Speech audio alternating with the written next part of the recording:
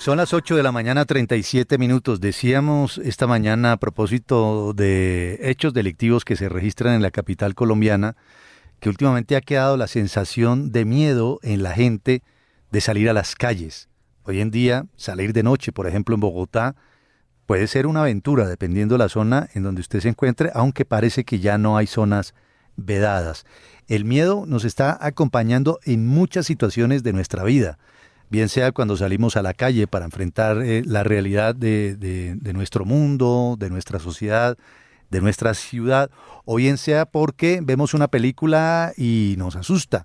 Cuando usted ve las ratas o los ratones, ¿siente miedo o siente desprecio? Miedo. Miedo. Ajá. ¿Los ratas o los ratones? Sí. ¿Los de cuatro paticas? Sí, los de cuatro patitas. Ah, no, a mí no. No, es que yo sí le tengo... Pues yo me inquieto un poco, pero no, a mí no me dan ni asco ni miedo. Yo les conté de la rata que salvé de que la apachurrara una aplanadora en Ah, Londres, tranquilo. en Nueva Me da York. nervios, o sea. No más Y- detalles. Dice. Y teníamos aquí a una experta en murciélagos y casi todos los de esta mesa le teníamos miedo a los murciélagos. Miedo a salir, Sí, miedo a ver una película, miedo a oír una noticia. miedo a oír una noticia, Miedo a un fantasma. miedo a un fantasma, que los hay, mejor que él quédese quieta porque no sabe quién la está Bueno, mirando. miedo a volar, miedo a viajar en También. avión. hay un Ujú. montón A las de miedos. alturas. Pero los miedos tienen Miedo al sus odontólogo. misterios. Sí, por eso queremos hablar del tema y ampliarlo. ¿Qué función cumple el miedo en nuestra vida?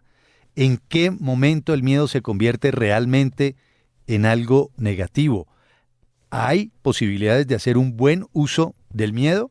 Bueno, hablemos de ese tema aquí en Radio Red y nos acompaña Jamie Velázquez, que es psicóloga especialista en evaluación y tratamiento de trastornos emocionales y afectivos. Bienvenida, gracias por estar con nosotros aquí en Radio Red.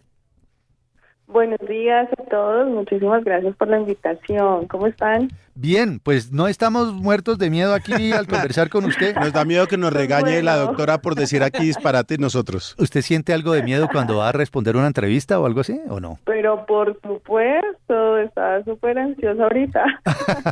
Bueno, ¿hasta qué punto es bueno o malo sentir miedo? Pero comencemos en consecuencia con la primera y obvia pregunta. ¿Es bueno tener miedo? ¿Cumple alguna función vital el miedo en nuestra vida? Bueno, pues el miedo, pues como todos los estados emocionales, son importantes porque nos han ayudado a adaptarnos al ambiente en el que estamos, sobre todo pues en la ciudad, como ustedes hablaban hace rato. El miedo sí es muy funcional, nos ayuda a estar más alertas, más activos, hace que nuestro sistema límbico como que se active y estamos como a la expectativa. Entonces como nuestra visión y nuestro entorno va a ser muchísimo más, como que lo vamos a observar muchísimo mejor porque nos ha adaptado a la huida o a reaccionar más rápidamente ante una situación.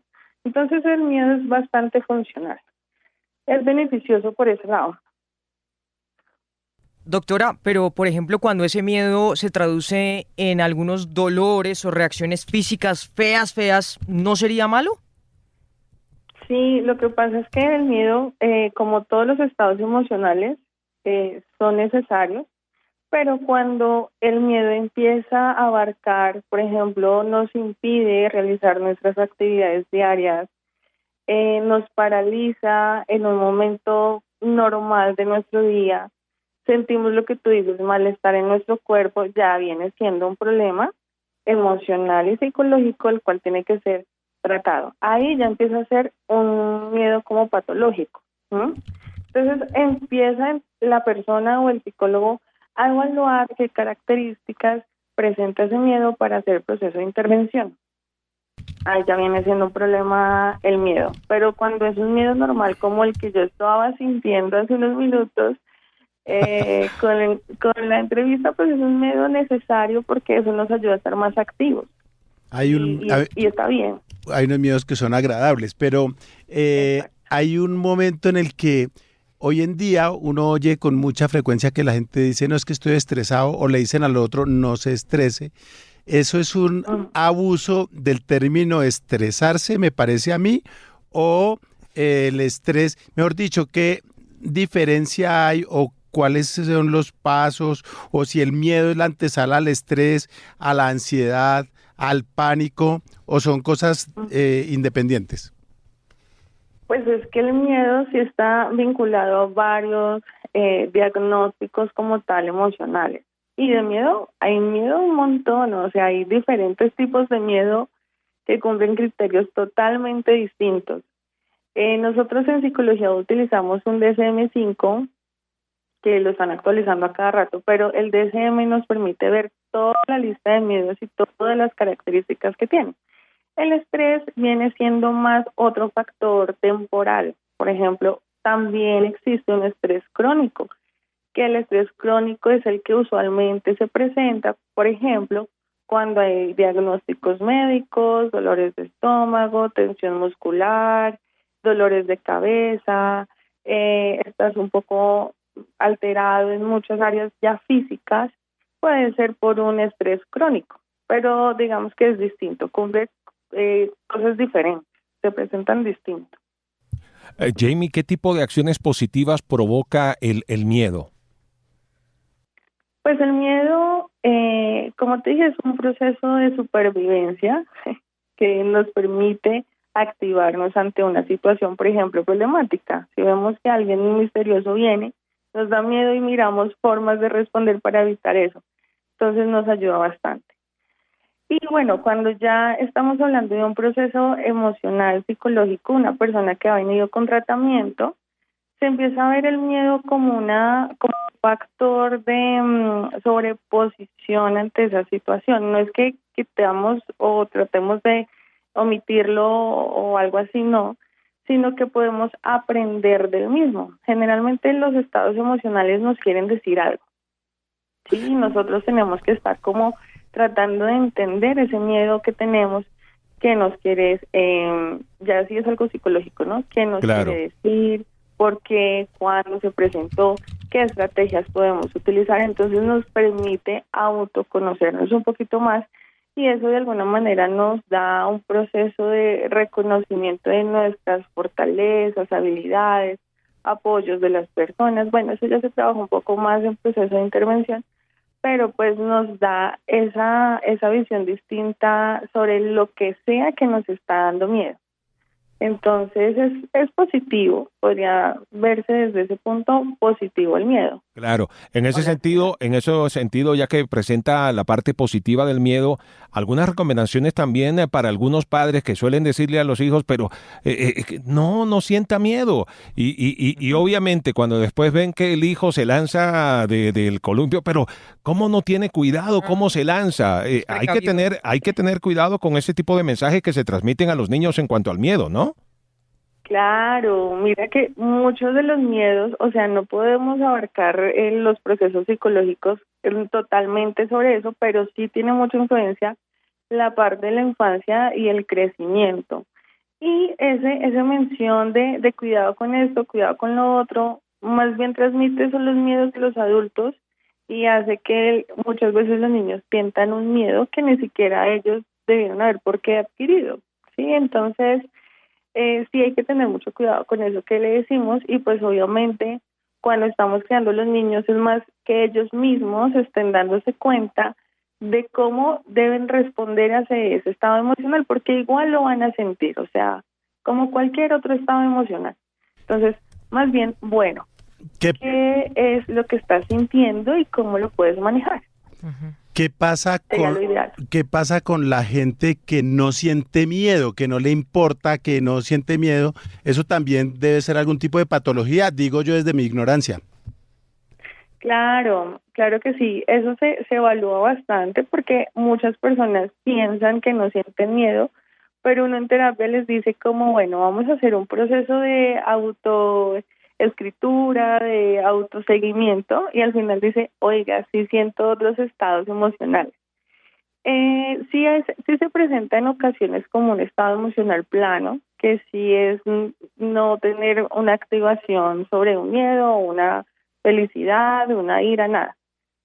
se mantiene plano. Pero ¿qué Bueno, pasa? pues eso, dime. Por ejemplo, con los delincuentes o con personas que tienen conductas patológicas que van contra la comunidad, contra la sociedad, los delincuentes que no les importan las consecuencias de lo que hacen y eso, o es que controlan el miedo de una manera impecable, o cómo es eso. No. En procesos ya de psicología forense se evalúa mucho la parte de estas personas que son delictivas y pues se ha encontrado que también ha tenido afectaciones, por ejemplo, como yo les decía hace rato, la activación de la amígdala, el sistema límbico y demás cositas en el sistema nervioso. Entonces podríamos notar que en algunas personas se presenta eso. Esos casos son especiales, se maneja desde psicología forense, psiquiatría, se evalúa y se hace un proceso de intervención justo con esas personas. Ahora, Entonces, se evalúa eso, dime. ¿existe alguna técnica, ahora que se usa tanto hablar de los tipsitos, consejitos, alguna técnica para controlar el miedo? Que usted diga, mire, piense hasta 10. Así como hay tantas técnicas para el control de la ansiedad, ¿hay alguna para el miedo, para superarlo? Pues el miedo como tal es temporal. O sea, ya y cuando se acaba lo que nos genera el miedo, ya como que estamos normal, en la vida normal y podemos actuar normalmente. Una cosa es el miedo, que es algo temporal, y otra cosa es la ansiedad, que viene siendo ya algo más complicado de manejar, que se puede presentar un poquito más extenso y la activación física es muchísimo más fuerte, o sea, activado en 1000.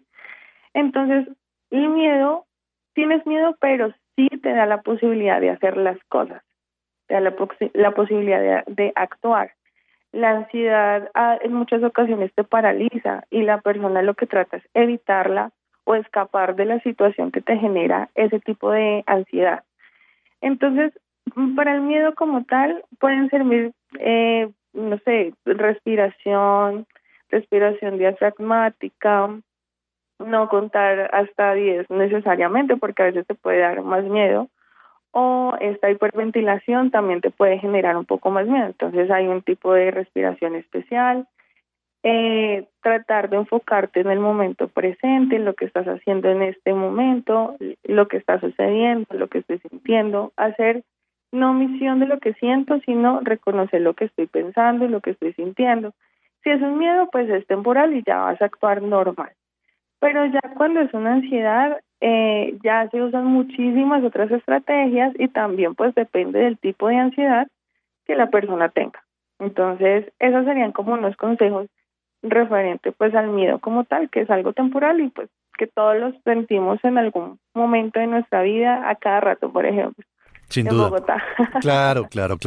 Bueno, pues muchísimas gracias por estar aquí con nosotros en Radio Red. Gracias por estas luces a propósito del miedo. Bueno, no, muchísimas gracias a ustedes y recuerden que me pueden seguir por Instagram, perdón ahí la cuñita, Claro. en @psicólogasante, así me encuentran, psicólogasante. Sí. Por Instagram y cualquier cosita se comunican y podemos hablar de intervenciones, sesiones y demás. ¿Y no le da miedo que la siga mucha gente? Que la, No, eso sí no. que la empiece a seguir Vlado, pilas, ¿no? Yo me asustaría. No, tranquila, yo la sigo pero de lejos. Bueno, muy bien. Gracias, Jamie, muy amable. Gracias.